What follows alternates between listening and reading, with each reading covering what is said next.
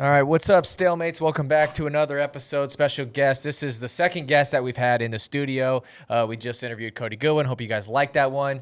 Hit subscribe, please. Drop a like, comment, whatever. You got it. MatScout Corby, ladies and gentlemen. Welcome on the show. I got to pipe in the crowd noise a little bit. You can't hear that yet. If you want to put those headphones on, you can. You don't have to, though. It's up to you if you like hearing your voice. How's Iowa treating you? You just got in town today? Yeah, yep, got in town today. Flew in this morning about 9:30. Went to Smokey D's for lunch. Smokey D's? Who took you there? You know, a guy on the plane told me to head there. So when I got my rental car, I was going to meet up with fellers, and he was doing some conference calls. Businessman stuff. Yeah, businessman, a.k.a. fishing. Yeah, I saw that video today, actually. Must be nice, man. No, he works hard. He earned it. What did you get at Smokey D's? Because we have actually been there twice now. So Tyler's only lived in Iowa now he just moved here from Colorado. But he's only lived here for like probably a month or something like that. Okay. And we've been to Smokey D's like 3 times together. So I did the lunch bone-in ribs. Yeah, good. And a side of burn ends. Okay, your business partner, Willie, I don't know how he feels about the Midwest yet because he seems like he likes the food, the tenderloins and stuff, but then he's also like kind of crapping on Culver's a little bit. I don't know his opinions, his hot takes, but for those of you who don't know, Corby does a show called The First Word with the MatScout Willie. This is MatScout Corby.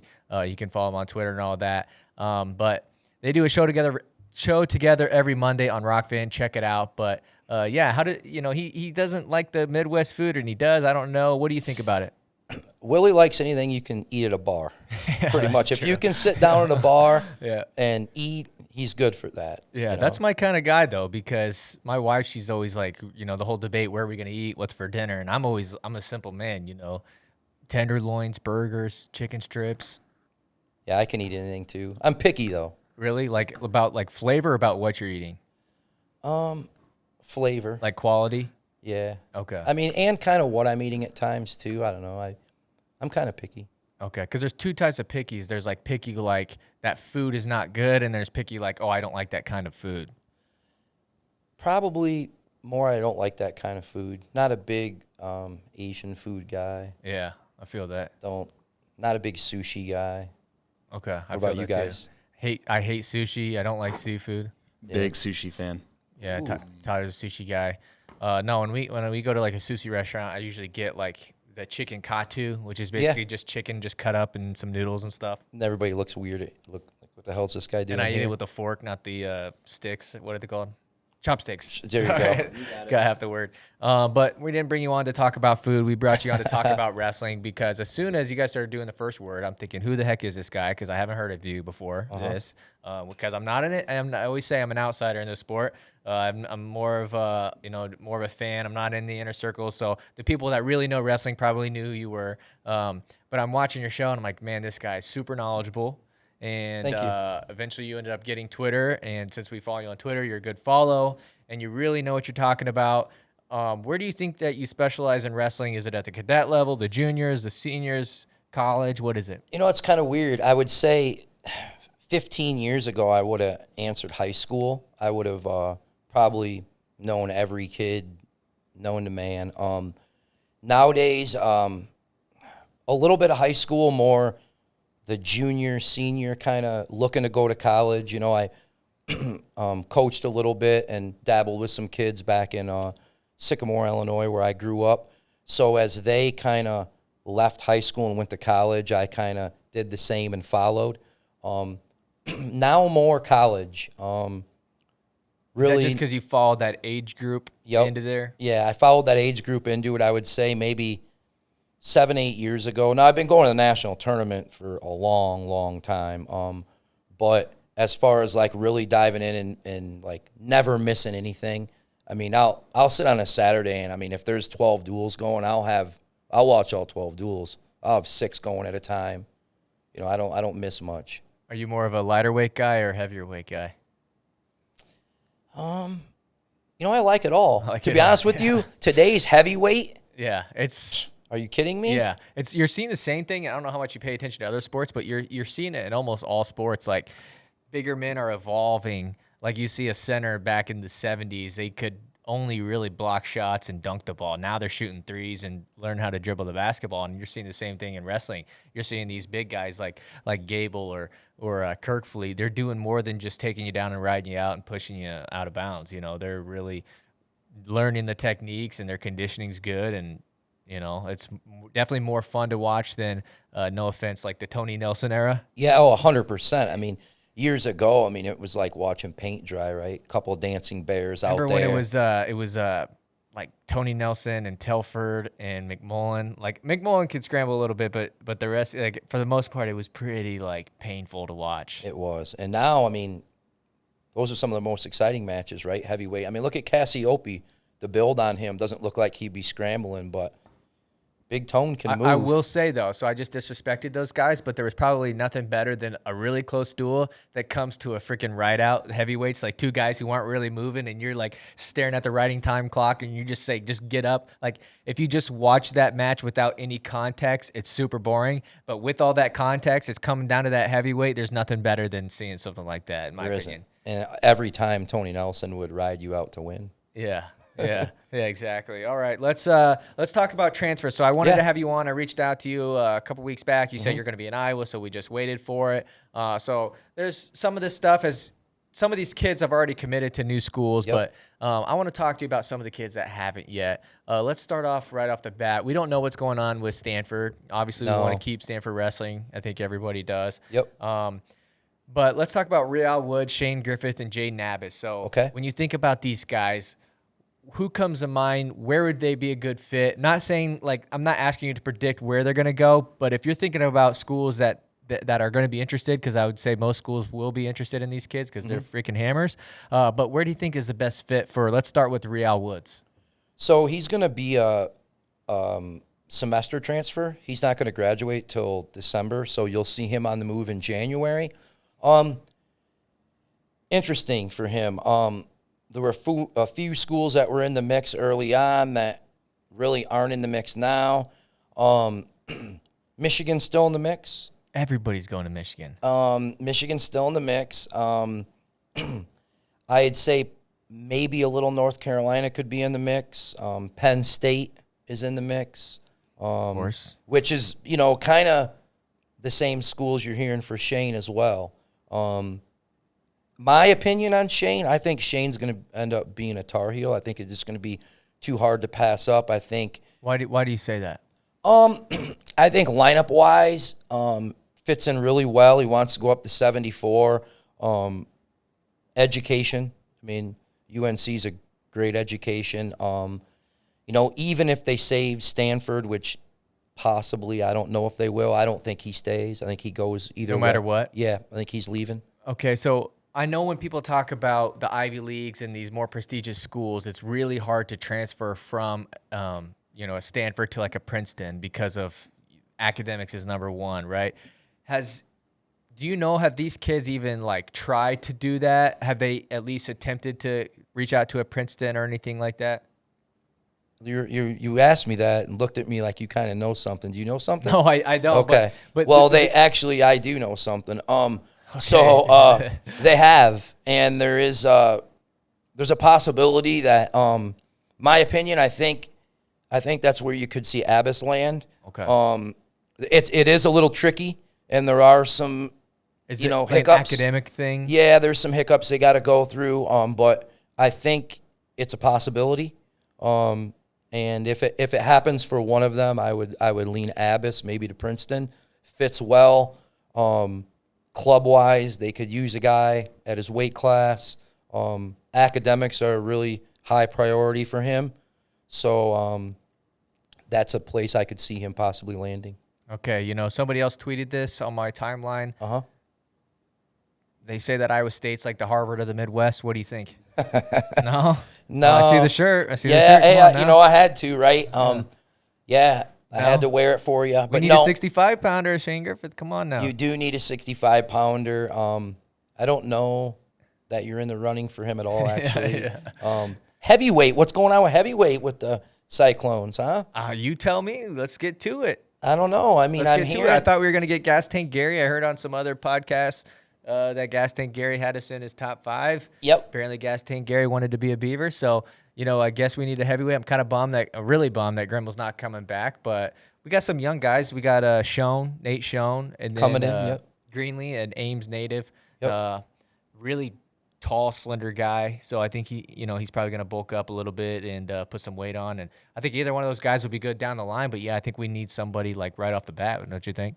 Yeah, definitely. I know it was like Pitt, Iowa State, Oregon State, Purdue kind of for Gas Tank, and then he ended up going out west. We got this guy, Sam Schuyler. Yep, Sam Schuyler out of Buffalo. He's on the portal. Would be a good get for you guys, I think. He around 240, was a 97-pounder in the past. Zach Redding's teammate, high school teammate, yeah, correct? well, they were in the same county. Yep, wrestled club, know each other real well. So, it could be a fit. Do you know any other schools that he's looking at? Is it the same schools that Gas Tank was looking Yeah, at? basically, how it trickle-down effect, right? Those schools that were, looking at Gas Tank Gary, obviously they needed a heavyweight. They lose out on him, and then, they go through the portal, and who's your next best heavyweight, right? Sam Schuyler. So he'll be the next guy. Chase Singletary's also in there, right? Yeah, but, he's a tweener guy. I don't know what he's going to decide to do, if he's going to try to stay at 97, go up to heavyweight. I'm not sure on that one. Okay. One that I was super surprised about, let's stay on the Iowa State topic, was Austin Gomez coming back. I don't blame him for transferring because we have Redding at 33 and then Ian Parker staying at 41. I think that Gomez, I haven't talked to him or anything, but I think he wanted to go 41. Obviously with Ian Parker coming back, he's got to find a new home. So where would you like to see Austin Gomez go? Right away when he hit the portal, my gut said Michigan State. Just really? Because, why? I haven't heard that. Him and Willie Miklas are true, really close. It's an obvious one right there. I didn't think of that. And look at their roster at 41, right? They need a guy. Got good workout partners around him at the weight. In the Big Ten, Wisconsin need a guy at the weight. I mean, Bono's loved Gomez since he was a freshman. You know what I mean? Actually, I had a conversation with Bono at the Grappler Fall Classic, actually, and Gomez's freshman year. And just standing, I was there coaching Kyle Aikens, actually, and he was wrestling a match, Gomez, and Bono was there. Just went up and started talking to him, and he's like, man, wish you could offer scholarships to freshmen. He's like, beyond this kid, right? It was October, right? He hadn't even wrestled a match in high school yet. So I know Bono has always liked Gomez, so, maybe that works. I don't know how sure Austin Gomez is about coming back, though. What do you mean? I've heard, he wants to come back, I've heard, and then I've heard some rumblings, around Illinois about him possibly doing some coaching. You got a little Illinois connections. Yeah, about him possibly doing some coaching. And when he first left, he was going to maybe go back and run Dad's club, and then he's going to come back and wrestle. But then I heard some rumblings a week or two ago that he was, maybe looking into doing some high school coaching. So I'm not sure, maybe. And then this last week I seen where he put up something about training hard, getting his weight back down. So maybe he has made a decision and maybe he's fully committed now to come back. Been watching the kid since he was young, know Dad well. The family's, good people. So would love to see Austin come back and be successful. I just kind of worry about him a little bit. With the head. Yeah, man, his style's just relentless. I don't know if Austin Gomez knows how to tone it down. Yeah, you know what I mean? Scared money don't make money. That's his whole moniker. That's right, So, and he's been a gamer, man. The kid's wrestled so hard his whole life. He's balls to the wall every single time, right? Throwing guys. He's just always wrestled really hard. And I think for a guy like him who's wrestled so much his whole life, it's going to be really hard for him to give it up knowing he has eligibility left, right? Yep. That's what scares me too, right? Yeah, I think that's probably the biggest factor in him because, if it's at the end of his college career, he could, at least you got to finish your college career. But when you're kind of in the middle of it, and he really never got an opportunity to, he went to one NCAAs, right? Yeah. But if you look at the guys that he's beaten an RBY, he's beaten a DeSanto. It's like, dang, you know. Beating some really good guys. And, you look at it too.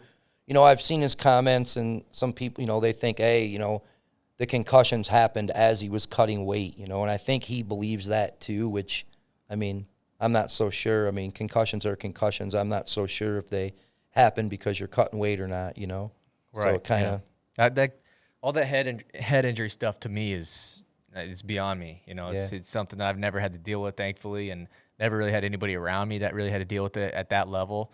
Never really had any teammates or anything like that. But I wish him the best. I would like to see him. I kind of like to see him go to Northern Iowa. I think that would be a good fit for him. I think Schwab likes him. If you look at their lineup too, that's kind of at 41. That was kind of a weight last year that they were kind of flipping around. I think there was a last-minute change, wasn't there, at the very end? Well, yeah, and then, I don't think when you recruit, right, they didn't plan on losing Blockus either, right? Correct. You got Blockus, you recruit, you plan on, hey, this is going to be our guy. He leaves now, you got a hole, right? Correct. A hole for, a guy you thought was going to be there for a few more years. So now you got to try to plug somebody in. And luckily in today's age, you got the transfer portal. Years ago, man, a lot of these programs have been screwed. You see a lot of guys moving around, filling holes. McNally just went to Wisconsin, fills a hole huge for them. For them. But you think outside of Max Dean, that might, and obviously the Stanford kids, that's probably the biggest get in the portal, wouldn't you say? Yeah, I would. And I like Bolzak going over to Rutgers, right? Let's slow down a little bit because you got me. We got a whole segment, but before we move on to that segment here, let's talk about Max Dean. Okay? Yes, obviously the biggest name in the portal, returning or not returning. They had the year off last year, but the year before that he was a finalist, lost to Drew Foster in the finals. Where do you think Max Dean goes? What's your gut say? Now you might have a little bit more insight. You definitely have more insight than we do, but there were some tweets last week saying that he was hanging out at Penn State. that's a fact. But when you look at it, where's he going to go? Kale will find a spot, right? Kale's notorious for just figuring it out. He'll go up to 197. And Beard, it is what it is. That's business. Yeah, it's business, right? You're not going to not take, that's a good problem to have, right? You're not going to not take a finalist. Right. What are you going to do? Same thing at Rutgers, right? Billy Janser's not bad. So if you're looking at that and you're looking at the Iowa-Penn State team race, where is it? Obviously, does it help? Doesn't help Iowa at all. But if you think about it, nothing's a lock, nothing's for sure, anything could happen. But when you're looking at that for how close it was last year, and it wasn't supposed to be that close, then you got everybody back, you got a healthy Kirk fleet. What do you think happens there? People are going to call me crazy, but at 197, I'm not sure how much an upgrade Dean is over Beard. Okay. I think Beard's a 7'8" guy. What's Dean, a 4'5"? Correct. And yeah, I'm trying to think off the top of my head. That's 97. Yeah, 97 next year is still gonna be loaded, right? You're gonna have Ferrari, you're gonna have Adams, you're gonna have Brucky at Michigan. You're still going to have Warner, right? You're still going to have some guns in there. So has he commented on, is he going 97, do you know? It hasn't 100% commented yet, but that's where I think he's leaning. He's an 86-kilogram guy, 189. What about Michigan State? Because that was another one. Do you think that people were just starting Michigan State there because it's another Michigan school and he's obviously from Michigan and whatnot? He's got that Michigan connection. Do you think people are just throwing Michigan State in there because it's second best to Michigan? Because Dad went there. Okay, Dad went there. So I think that was, and actually on our show, Willie brought that up as hey, I would love to see him go there. And I think from there, that kind of caught some traction and people thought, but I don't know that it was. That's the difference between your guys' show and our show. Willie says something and then people run with it, think that, because he's the brain, right? Right. Our show, we can say we want because people know that we're on the outside. Yeah, but you better get up. You better go down there and see Schwab, man. He's gonna get on. I saw him get on you. Well, it's him and his wife both Monday. Oh, actually, I got the Mountain Dew somewhere around here. You better have Mountain Dew. We're gonna go up there and you might want to. I got to get on his good side though. I got to get on the whole Panther train. I like you and I. You're starting to learn in the meet how right? how it works. Yeah, you got that Iowa State van, and everybody's like, "What the hell? He's an Iowa State fan," and then, nobody wants to give you any love. But Yeah, Schwab's a good dude. Yeah. So I've heard. I mean, I'm excited to go up there. I've this whole week. We're knocking out all this content and stuff. So maybe I'll ask him if he knows a little bit something about these transfers. Yeah. Drill him about that Illinois job a little bit, too. Ask him what happened there. Yeah, what was your opinion on that, too? Was that surprising to hear his name in there? Because it shocked me. So it's kind of a weird situation, right? People, I can't believe Schwab applied. I can't believe Schwab. Nobody really applied. The AD kind of took it upon himself to reach out to the people that he kind of wanted. Now, does that happen a lot? No. That doesn't happen, right? No, not in wrestling. Not in wrestling. In football, obviously, that happens a lot. Basketball, the bigger sports, that stuff happens. But with wrestling, a lot of these ADs don't really know anything about wrestling. So what do? They go and they ask probably the people in their programs who know, right? And then from there, they say, hey, maybe you should contact this guy or this and that. So why do you think that they reached out to Schwab? So there was some, Hef's been there a long time. In the fall, prior to the season, there was a little talk between Hef and the AD, kind of back and forth. And, COVID was wearing on Hef. And so I don't know 100% for sure, but I'm pretty sure this AD had him a list. He'd done his homework, talked to his donors, talked to the people in the know, and had him a little list ready. And then, he hired Lovie Smith as a football coach in 1 week. So he doesn't mess around, but it's I think it kind of caught some of the coaches off guard, right? Because it's just not how it happens in wrestling, right? It's usually, hey, we're going to talk to people, then we're going to, do some phone interviews, and then we're going to bring 3 people on campus, and then we're going to determine what we do. This was kind of, hey, what do you guys think of the Illinois job?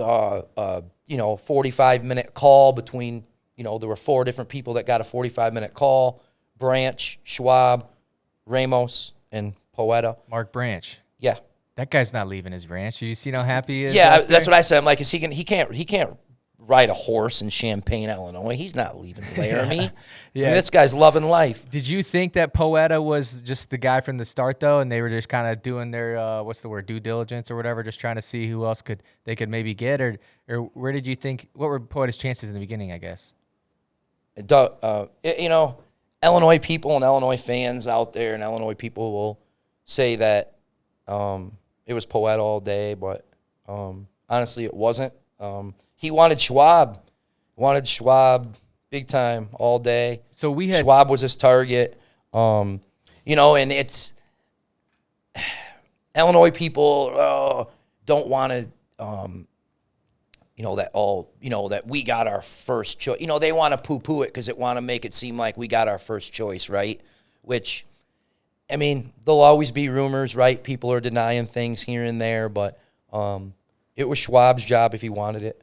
So we had Cody Goodwin on the show on Monday, and that'll come out tomorrow, I think, so Thursday. But he had a really good take on that, and he said that the reason why he thought that they wanted Schwab so bad is Schwab's ability to take in-state talent and really develop those guys and turn them into a Drew Foster, turn those guys into a Max Thompson or whoever, whatever he's done in the past.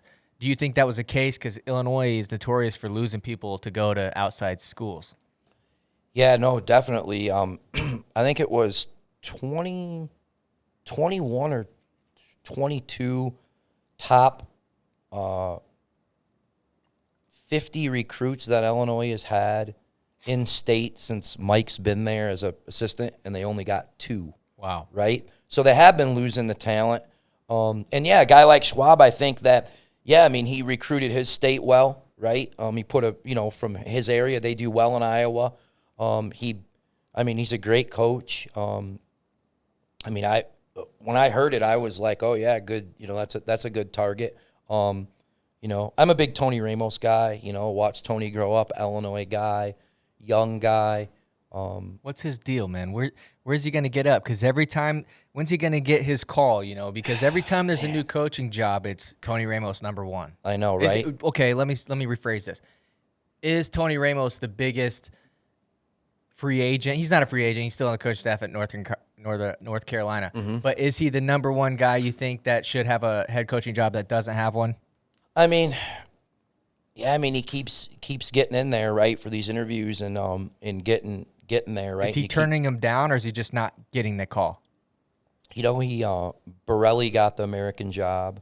Was Tony in on that? Yeah, he was. I think he's applied for a few. I think it's hard, right? It's hard because you want that job, you want to apply, but it's a fine line, right? You do it a few times, and then, everybody hears, oh, he applied, didn't get it, and then is that good or is that bad?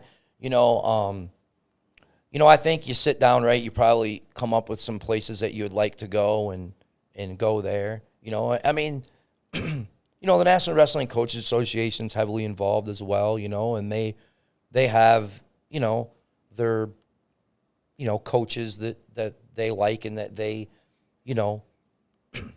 I would say,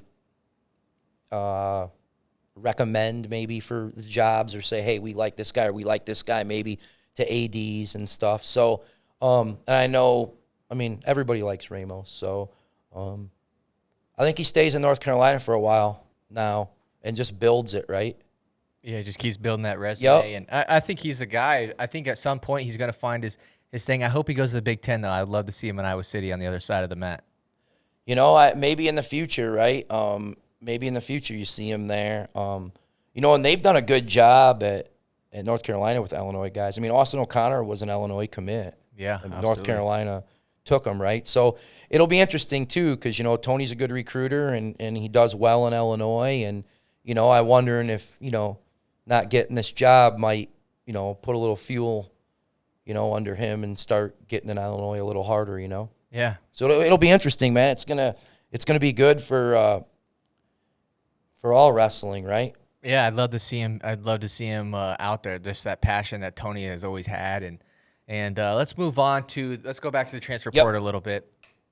So I have 4. I'm gonna go ahead and add 5 because I forgot McNally to Wisconsin. I didn't see that one, but I have 5 people on this list, and I want you to let me know, who do you think is winning the transfer portal in terms of teams? Okay. So you got Kyle Parko going to Arizona State, which he ended up getting scooped from Utah Valley, which is interesting. What did you think about that? He had verbaled before the season to Utah Valley when Fresno cut the program. So then he had a crazy good year. Then he had a crazy good year. Loses his wrestle off at 141 for the PAX, right? So he bumps up to 49, goes in All-Americans. Beats Dagan. Lost to Durbin Lauren in the wrestle off. Wow. And then now he's wrestling for Arizona State. Yep. Gas Tank Gary to Oregon State. Yep. Surprise you at all? A little bit. I thought he was going to stay in state in Ohio. I thought he was going to go to like a Kent State. I actually thought he was going to go to Pitt. Okay. I just thought not far from home. They were on him. But obviously he went out west, loved it, went on a visit, and obviously liked it. Unofficial on his own visit. Right. Because, there's no recruiting going on right now until June 1. Correct. Shout out to Tom Ryan on that tweet there. Gary Bolsack to Rutgers. Yeah, what a pickup for them. Janzer was a 97. I don't know what they're going to do with him, right? Poznansky, 84. He All-Americans. Stud. You can't redshirt that kid. He All-Americans is a true freshman. You just let him go. That's a price you pay, though, right? You want to move up. We talked about it with Penn State, right? Oh, if they get Dean, what do they do? Well, you want to win a national champ. That's what happens.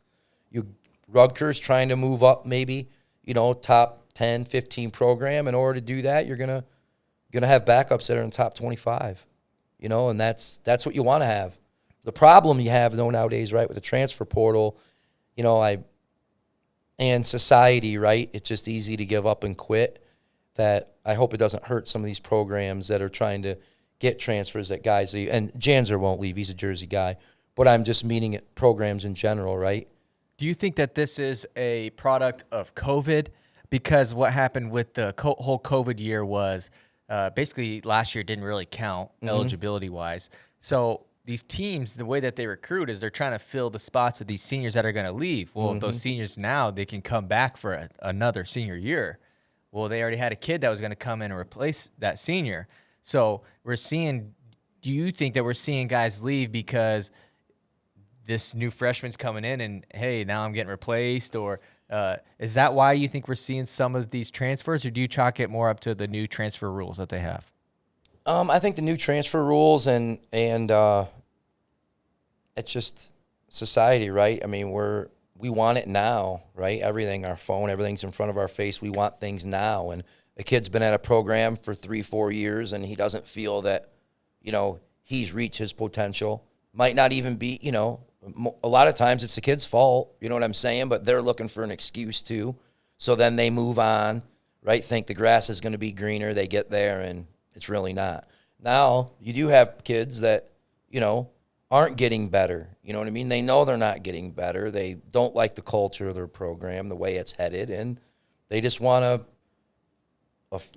don't want to look back in 10, 15 years and think, what could have been, right? Correct, yeah. So they decide to move on. It works both ways. I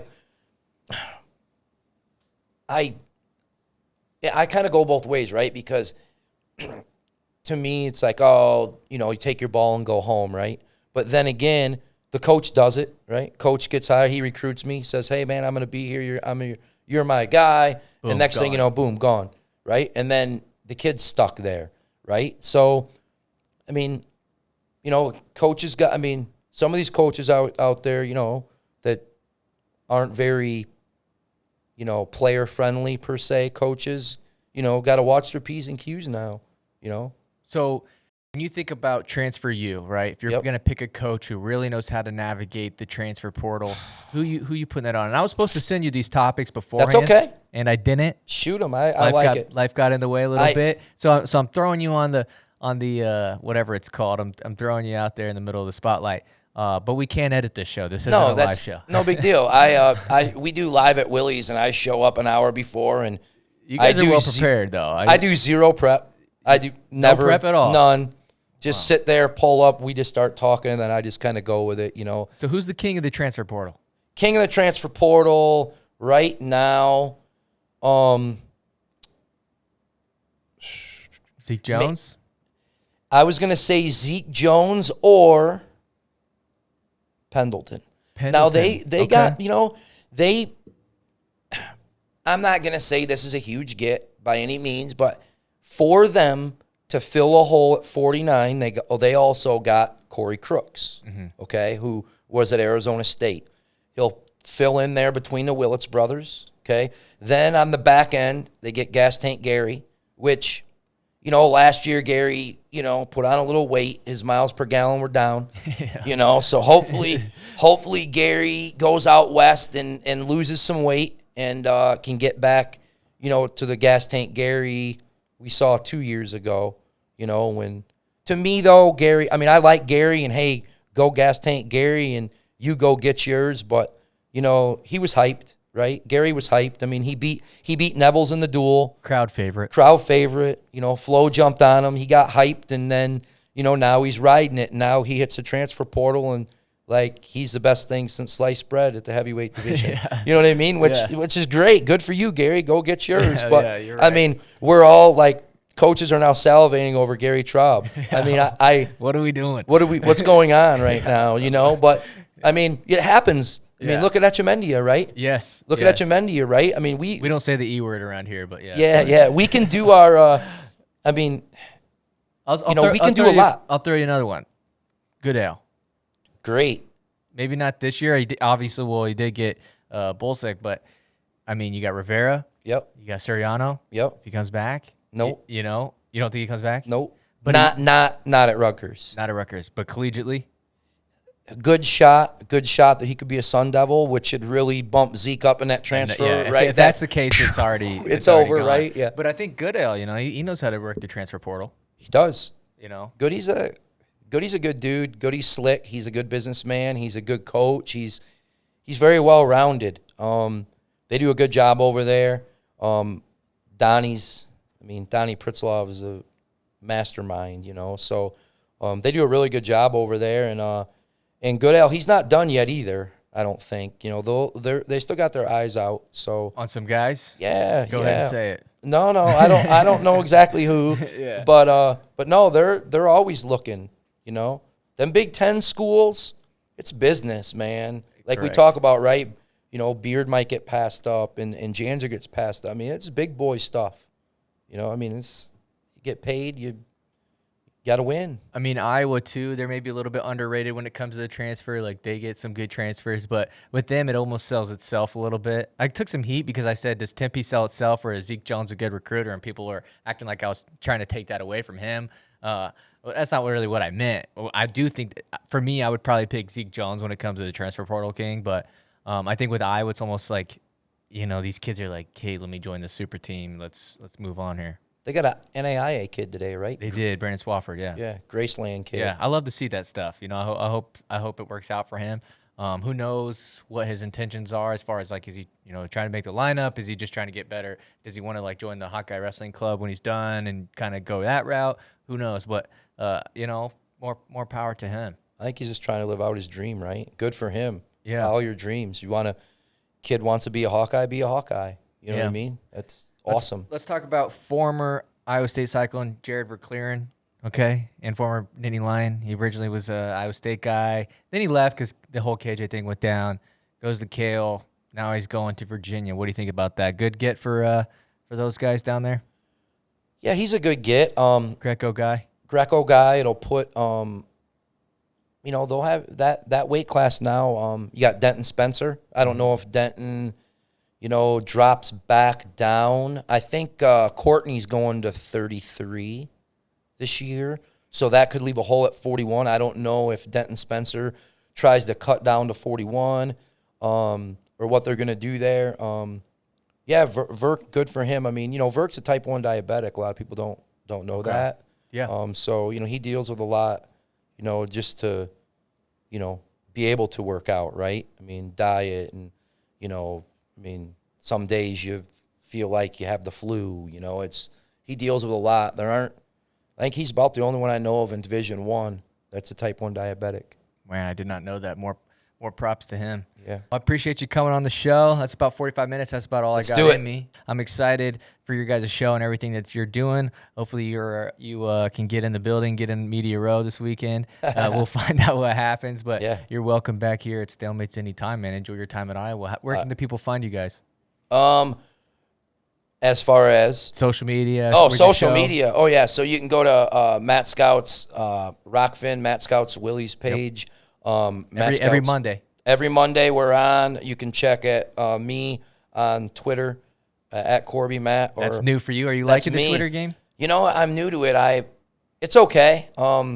It's been good communicating with people. You know, you haven't coaches reach out to you yet? Yeah, definitely. And you know, my face has been around the game a long time, so people know my face, but you know, knew the name.